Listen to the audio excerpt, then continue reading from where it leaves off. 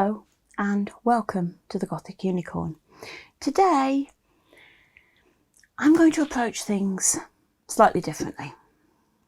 I've been doing a bit of this lately because with one thing and another happening, my mind isn't quite focused on the actual projects, but I'm trying to get myself sorted, and that is what today's video is about. I'm setting myself a challenge. Now, if you're like me and you have a lot of projects, you'll also have a lot of leftovers. So I'm going to try and make something, I'm not sure what yet, out of leftovers from previous projects. And I am not just talking about recent previous projects. Now, as you may be aware, I moved house last year, and because the house we moved into needed a lot of work, we put a lot of stuff into storage. Well, we've emptied the storage locker and there's stuff everywhere. And I really need to get it sorted, and I really need to get the boxes that I'd already brought home into the craft room sorted. So a lot of those have got randomness in. So I'm going to pick a box, I'm going to see what's inside, and I'm going to see what I can come up with. And I'm bringing you along for the journey. So let's get on with it.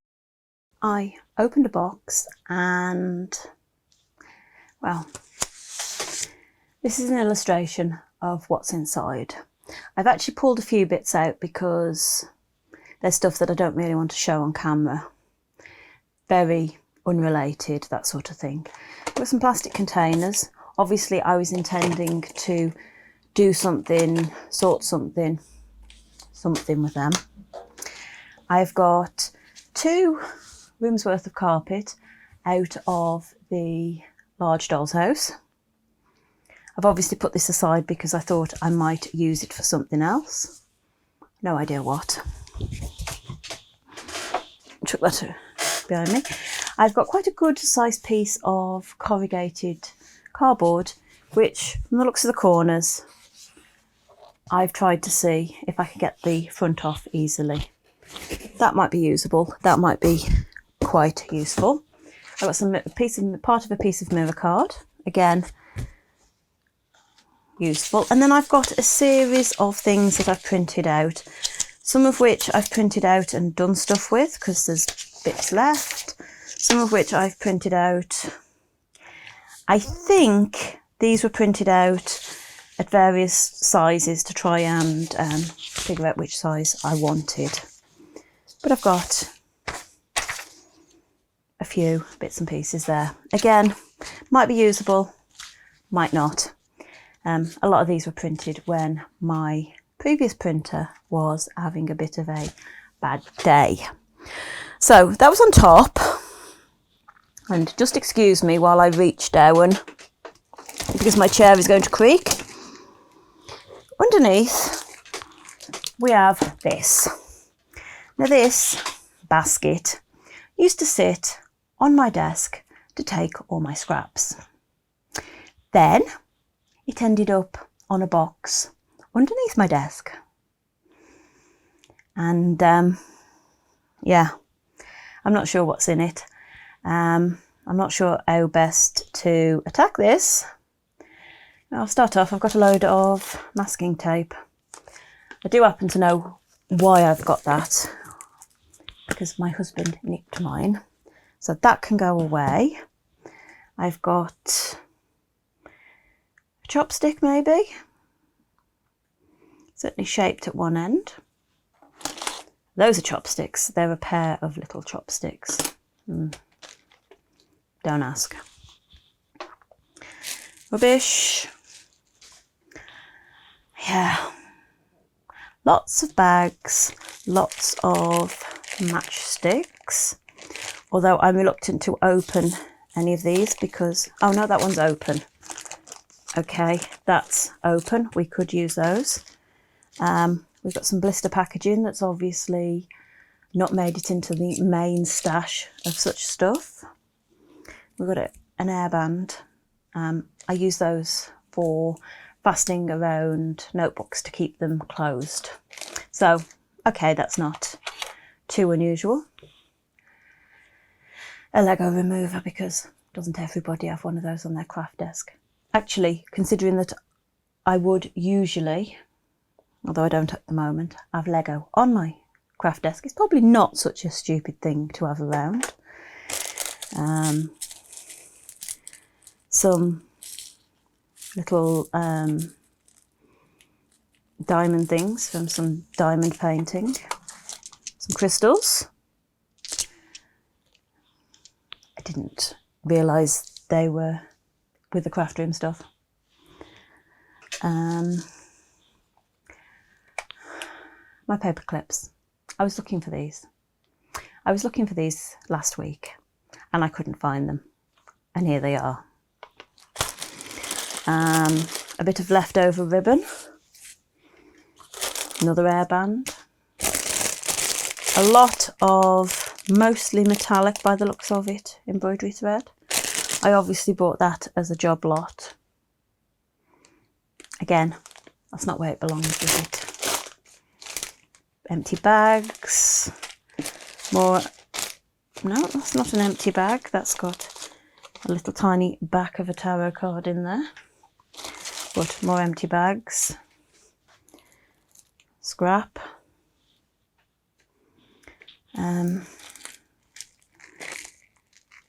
That was a little mini geode, is that what they call it? That you would break yourself. I've used some little bits of that in some of my projects. And then I've got a load of papers. I'm going to actually stop filming, go through the papers, and then we'll come back to whatever's underneath, which isn't looking good. Fortunately, there wasn't anything that I really didn't want to be seen on camera, but I've just took out a lot of scrap bits of paper. I tend to have a pile of scrap paper somewhere in the vicinity of my work table because it's great for working on, putting things on while you're painting them, for painting over even. So yeah, I like that. Now, I have found a cooking liner. I've actually got another one of these about somewhere. I think it's on the floor at the end of my desk. I like using these to work on because you can put the stuff when you've painted them on there and they don't stick, and it cleans up after a fashion. You can buy proper craft mats that are like silicone mats. I just use this as a cheap workaround. It works. I got some scraps of card and paper. These are papers that I used on one of my 1/48 scale houses. That's quite useful. A bit of black that I've cut something out, probably for a card at some point, and thought, oh, I can use that. Always great for when you just want a circle or something like that, to just have a scrap. I try not to keep too many of them. I've got some tissue paper. I don't know what that's of, but obviously I thought it could be useful. I've got some greaseproof paper, some description. Again, I use it for putting stuff on when it's painting, when it's been painted, when it's dry. I'll sometimes use it with some of my air dry clay. I've got an envelope, just left because that might be useful. Might need that. A load of wax paper. Again, it's been used for painting, but still usable. One very deformed craft mat. Now, I will actually put this somewhere warm. I will probably put it in the sun the next time we have a sunny day, because today isn't. And it'll warm up, and then I might be able to actually flatten it again. It's only a little one, but it could be useful. And I'm reluctant to just throw it away just because it's been sat in here. And then I'm getting down to the more interesting bits. Really is some bits and pieces. We've got some fake nails. I'm looking at this and I'm thinking, why have I got these fake nails? But I know why. I bought these and I did a horror bear. I love Halloween and that sort of thing. And I saw all these people that were doing monster makeovers on cuddly toys. So I turned a lovely stuffed panda into something quite grotesque. And I use these for teeth. And man, that thing's got a lot of teeth. So that's where those come in. Will I ever do anything again? Maybe not. I don't know if I can do anything with that with miniatures. We'll see. I've got my little tiny mitre box for cutting. Not sure where the saw is, but I've got that. It's a start. A nice clean paint palette. Well, it wouldn't stay like that for long round here, would it? Mine's a mess. Some more scraps of paper. A lot of them used for testing out colours. I'm cutting bits from.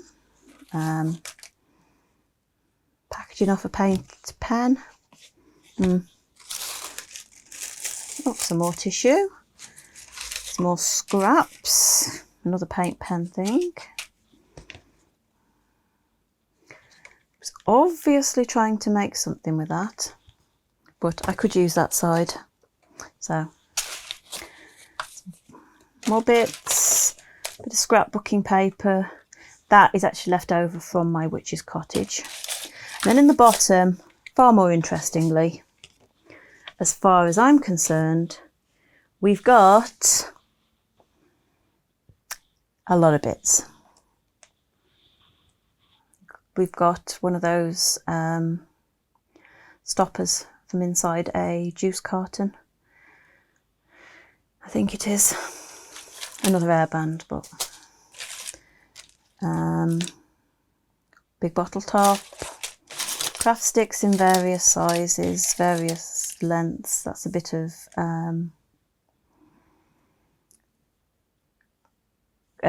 dowling. Some more bits of blister packaging, some cotton swabs, a bit of foam, a bit of ribbon.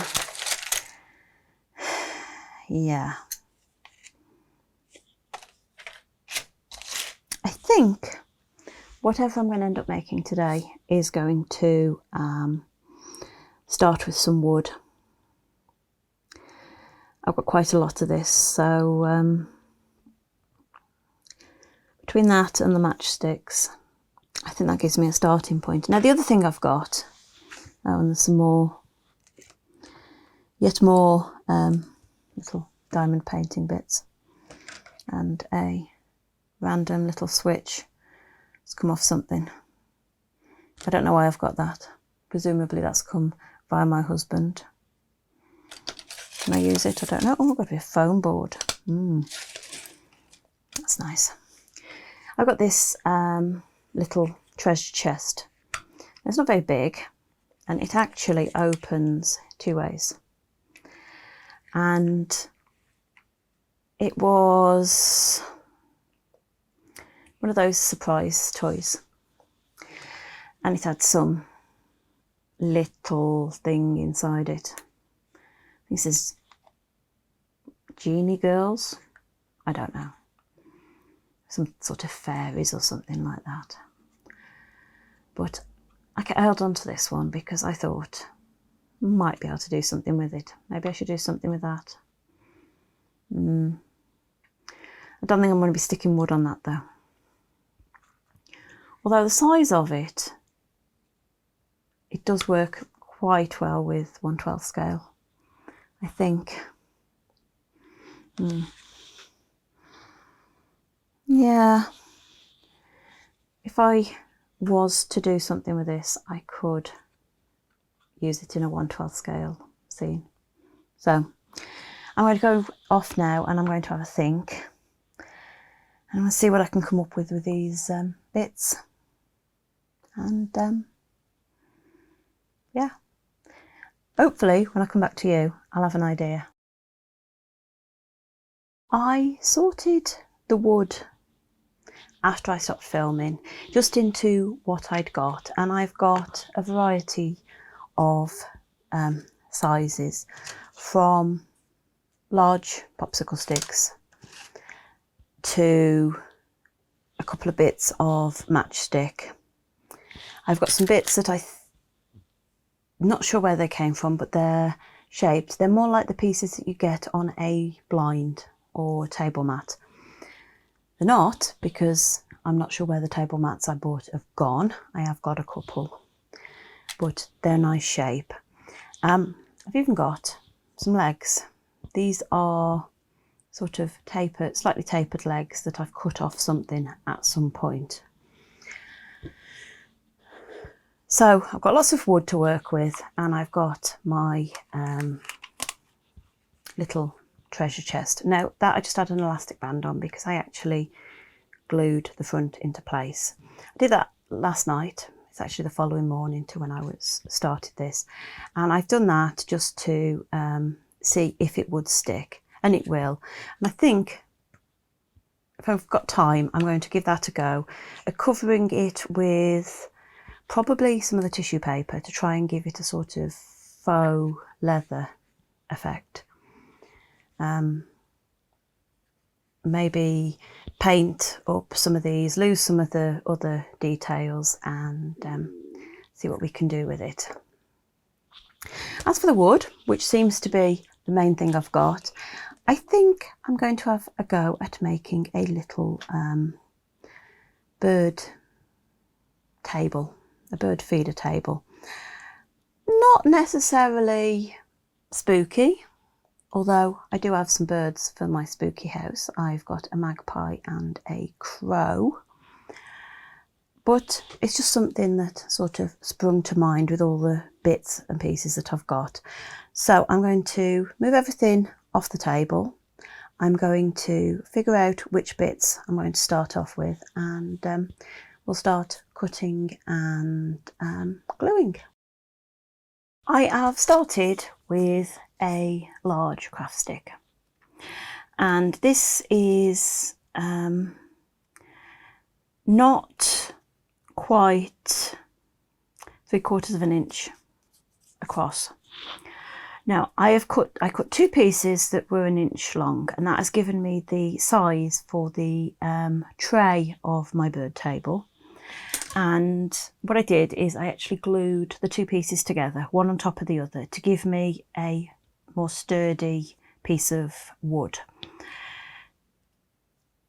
This is just because these craft sticks are not very they're not very sturdy. They're not as thick as the sort of popsicle lollipop stick ones you get, and I just think that they needed a bit more substance to it. So that's what I've done. And then I took one of these shaped pieces, which has got this sort of nice curves to it and everything, and I have cut two pieces to go on the short ends. I did that by measuring it against using a piece of wood and marking, and I've cut two more which are going to go on the other side, so that this then becomes a tray, because obviously if it was a bird table, you generally have a sort of retaining tray so that everything doesn't get knocked straight onto the floor. And all I'm doing with this is I am going to put a line of glue across here,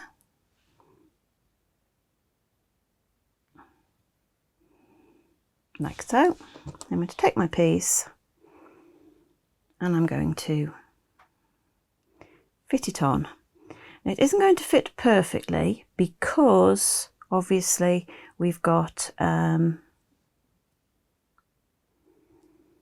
shape, but it's going to be good enough that with some filling in with a little bit extra glue later on, we will be able to make it work. And that's one side, and I'm going to repeat on the other.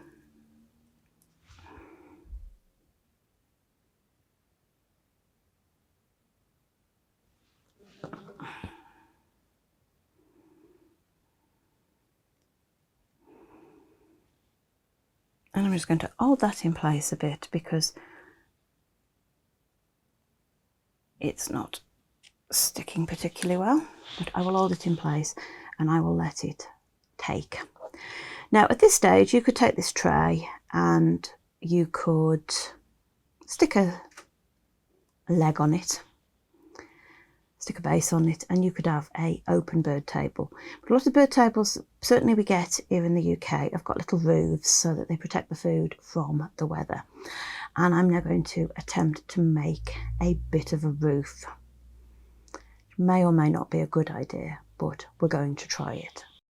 Moving on with the roof of the bird table, what I did is I took 2 more pieces of the large craft stick, and I took a piece of one of the matchstick like pieces.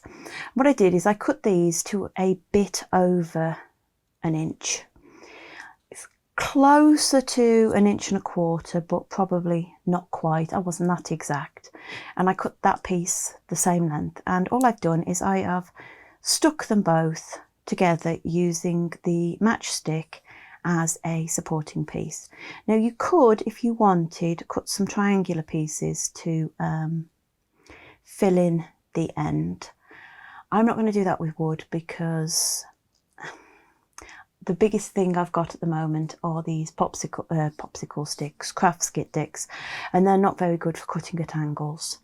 If I'd got some balsa wood, or even the slightly thicker one, I think it's basswood is the one that people like to use, I'd probably give that a go, cover that up, and it'll look quite good, but it'll do as it is. So I've done that, and then I got some more of the matchsticks, and I've cut them so that one side is at an angle and the other side is straight.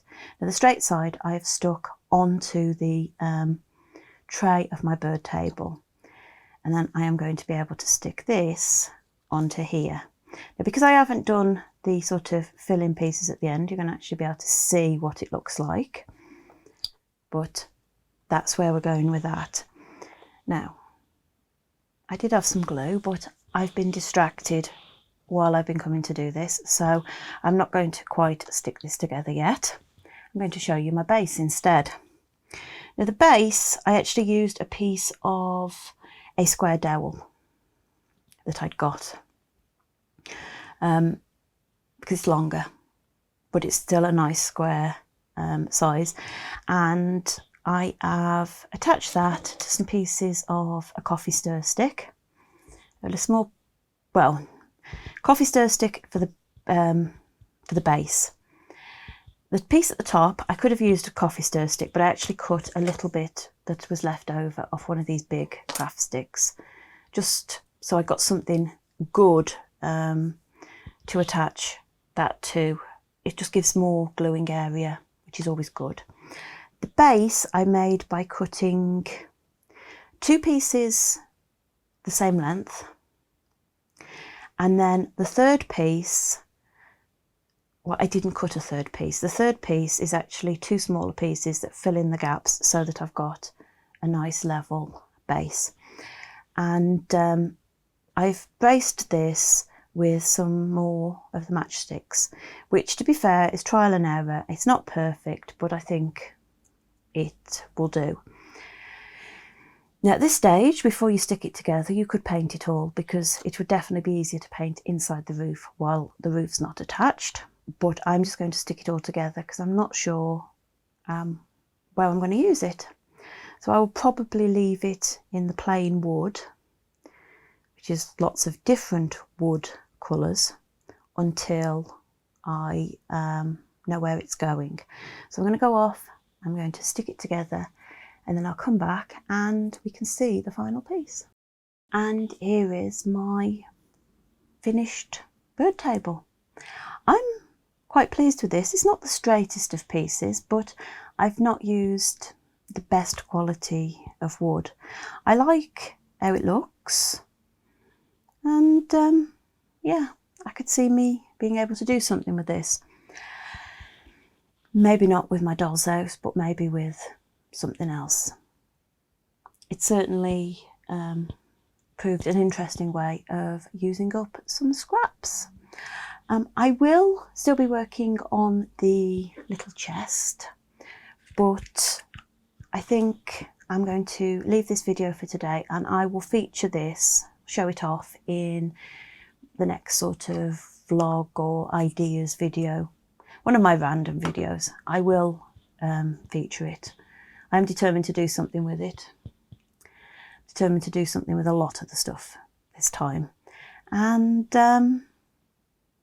yeah, I hope this has given you an idea for something that you could make to dress your miniature scene.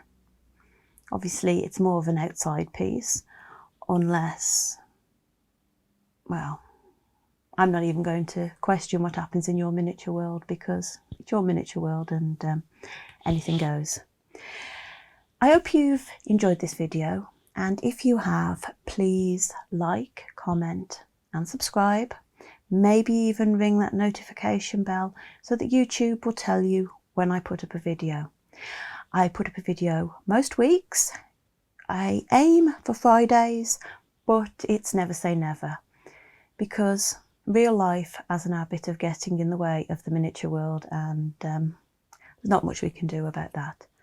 But until next time, bye.